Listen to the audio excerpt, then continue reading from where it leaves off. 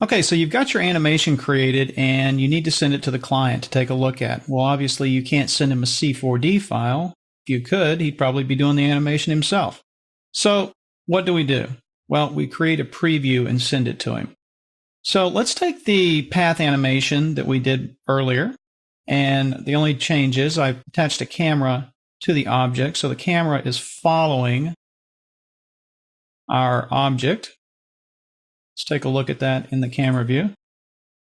So we're just sort of going along here. We're following the object right in front of it. Okay, so to create the preview, I'm going to come over here to our render to picture viewer. I'm going to say make preview. I'm going to keep on full render, all frames, and it's going to be a quick time. So I'm going to click OK. You'll see down here it says calculating preview. This is a pretty quick animation. And we're going to get this. So we can check it out here. And we really can't see that it's actually doing anything because everything is black and we're just following the object. But it has calculated and rendered that out. So now what I want to do is I want to come over here and save this out.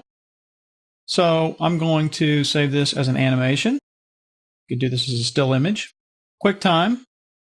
We can change our compression type. So I want to make this a little bit smaller. So I'm going to go with an H.264. Click OK. And you have some other options here, but basically from and to is what we want. 30 frames per second, 72 DPI. All that sounds right. So I'm going to click OK. I'm going to save this as preview. And now we have a QuickTime that we can take and show to the client.